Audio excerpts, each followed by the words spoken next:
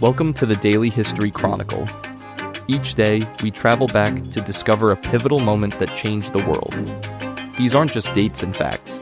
They're stories of courage, conflict, innovation, and consequence that still echo through our lives today. Are you ready to explore? Let's see what happened on this day in history. I'm Richard Backus, publisher of University Teaching Edition, and every day I get to share a piece of history that I think you'll find as fascinating as I do. Today, we're heading to Washington, D.C. on December 19th, 1998, the day the House of Representatives voted to impeach President Bill Clinton, making him only the second president in American history to be impeached. And here's what troubles me most about this moment. This wasn't primarily about constitutional principles or defending the rule of law. This was about political warfare, about personal conduct colliding with public office, and about how we've transformed impeachment from a constitutional safeguard into a partisan weapon. Understanding what happened in 1998 and the choices Clinton made that led there forces us to confront uncomfortable questions about character, about what we expect from our leaders, and about whether we've permanently damaged our ability to hold anyone accountable for anything. Picture this. It's December 19th, 1998, and the House of Representatives is voting on two articles of impeachment against President Bill Clinton. The charges are perjury before a grand jury and obstruction of justice. The vote is largely along party lines.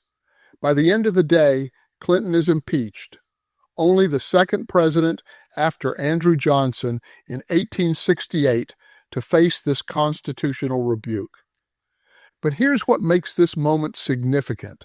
Clinton wasn't being impeached for abuse of presidential power, for corruption, for betraying the country. He was being impeached for lying under oath about a sexual relationship with Monica Lewinsky, a White House intern, and for trying to conceal that relationship. The facts, as the evidence showed, were these. Clinton had an affair with Lewinsky. When asked about it in a deposition for the Paula Jones sexual harassment lawsuit, he denied it. When questioned by a grand jury investigating the matter, he was evasive and misleading. He also encouraged others to provide false testimony. These were crimes, perjury and obstruction of justice. But were they impeachable offenses? That's where it got complicated. Here's the thing that I always wonder about. What was Clinton thinking? He was the president of the United States. He was being investigated. He had to know that lying under oath would be discovered. He had to learn it would become public. And yet he chose a course that put his presidency at risk to conceal a relationship he shouldn't have been having in the first place. Let me build the clock for you, because understanding what happened in 1998 requires examining both Clinton's personal failures and how the political system responded, and what both revealed about character, accountability, and the weaponization of constitutional processes. Think about it this way. Clinton's conduct was indefensible.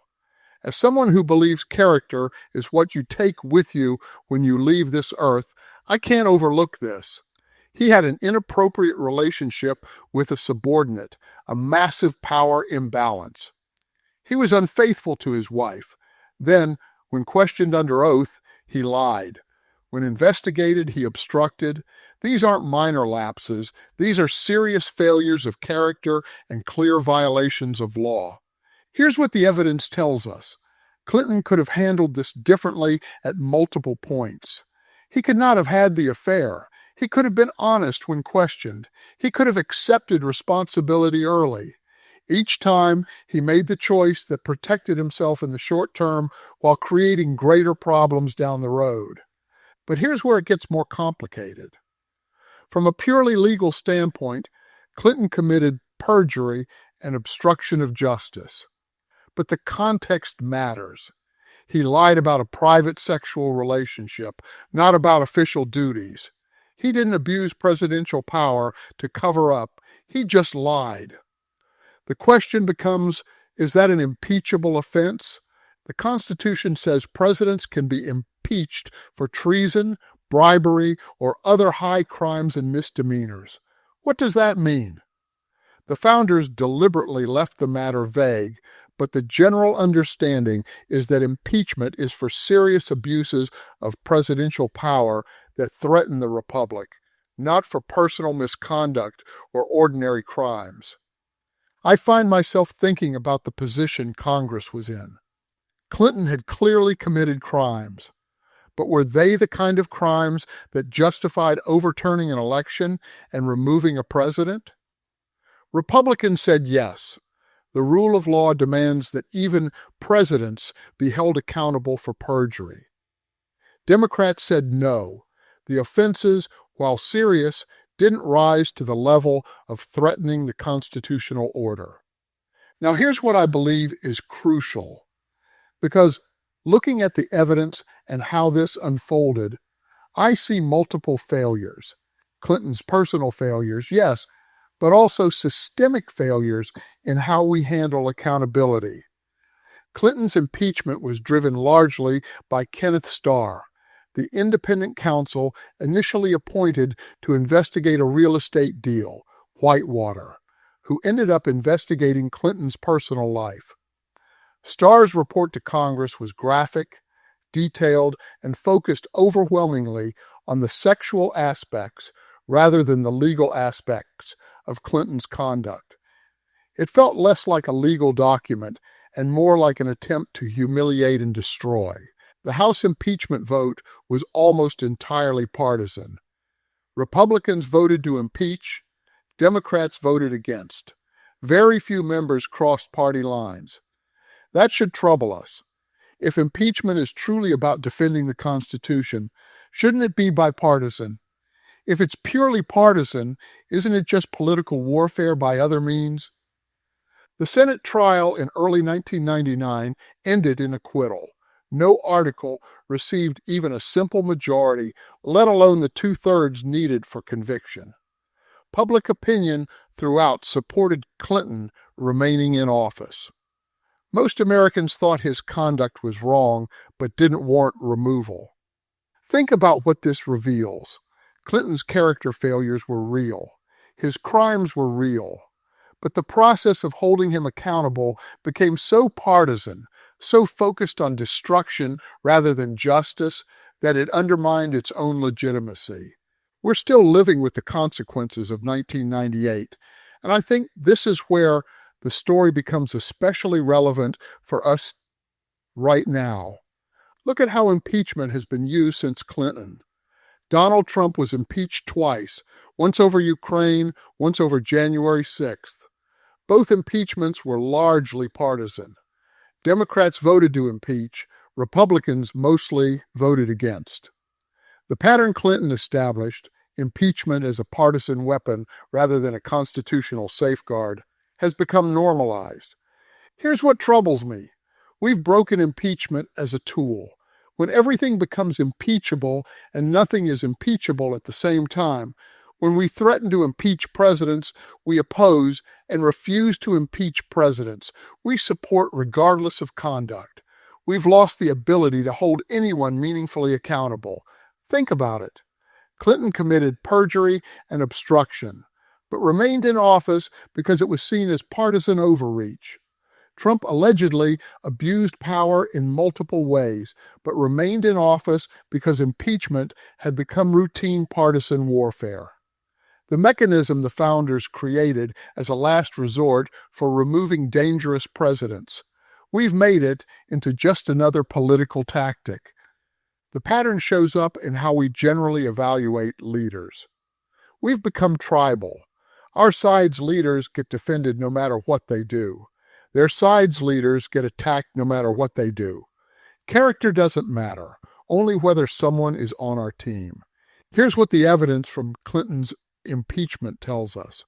When we let partisan loyalty override objective standards of conduct, when we defend the indefensible because someone is our guy, when we weaponize accountability processes against opponents while ignoring misconduct by allies. We destroy the possibility of actual accountability. I find myself thinking about this a lot because I believe character matters. I believe in doing the right thing and making your parents proud. I think that when you leave this earth, character is what you take with you. Clinton's conduct failed that standard. He did things he shouldn't have done, then lied about them to protect himself. But here's what also troubles me. The process that held him accountable was itself tainted by partisan warfare, by investigators who went far beyond their mandate, by politicians who made decisions based on party rather than principle. So we ended up with a situation in which serious misconduct went unpunished because the accountability process itself was corrupt. Think about the position we're in now. We have leaders on both sides who've engaged in questionable conduct, but we can't hold them accountable because accountability has become entirely partisan. If you're a Democrat, you defend Democratic leaders and attack Republican ones. If you're a Republican, you defend Republican leaders and attack Democratic ones. Actual principles, actual standards of conduct, those have become secondary to tribal loyalty. So as we think about that December day in 1998, when the House voted to impeach Bill Clinton, I think the question for us isn't about whether Clinton deserved impeachment. The question is about what we've lost, our ability to judge leaders by objective standards rather than partisan loyalty. I respect the rule of law. I believe presidents should be held accountable when they commit crimes. Clinton lied under oath. Clinton obstructed justice. Those are serious offenses.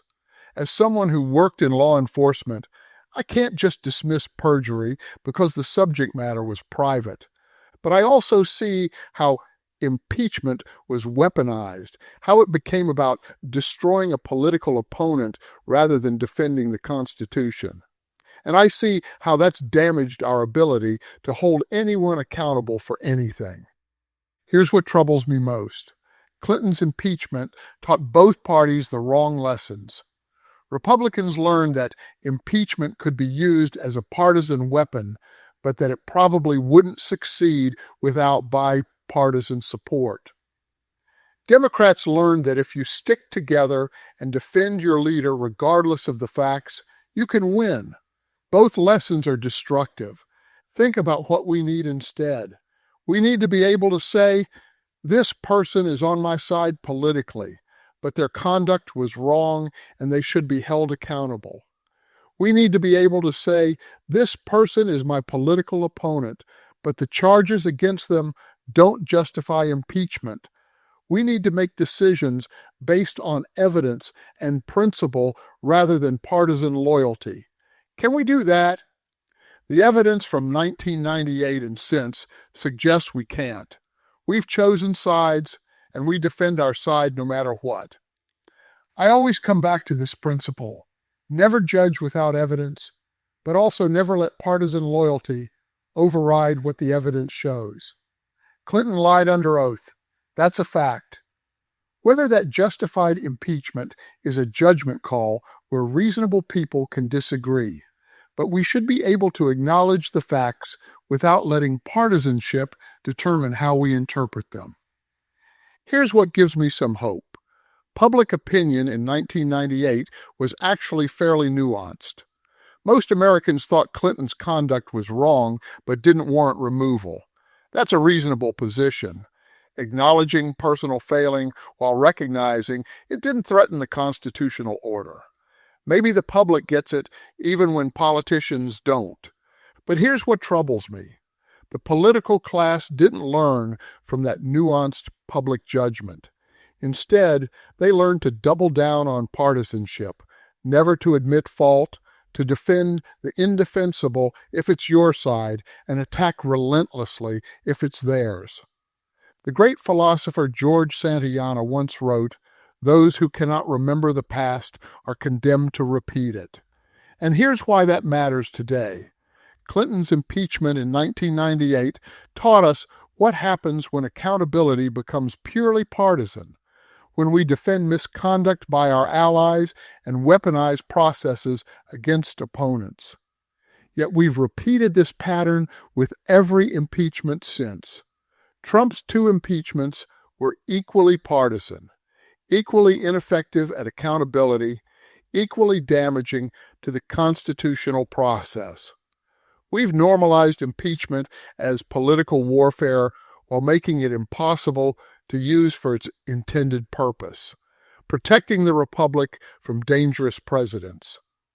Suppose we cannot remember that Clinton's character failures were real, and that the partisan impeachment process was corrupted. In that case, we're condemned to a system in which no leader is ever meaningfully held accountable, because accountability itself has become just another political weapon. The question isn't whether leaders will fail, they will. The question is whether we can judge them by principle rather than partisanship. I'm Richard Backus, and this is the Daily History Chronicle. Tomorrow, we'll explore another moment that shaped our world. Until then, think about whether you're willing to hold your own side accountable, whether you can acknowledge when opponents make valid points, and whether character matters more than partisan loyalty. Because that's what Clinton's impeachment teaches us, not just about one president's failures, but about how we've lost the ability to judge leaders by anything other than which team they're on. Thank you for your time. If you enjoyed this episode, then please subscribe. If you really enjoyed it, then please tell a friend. I hope you will join me again tomorrow for more of our shared history.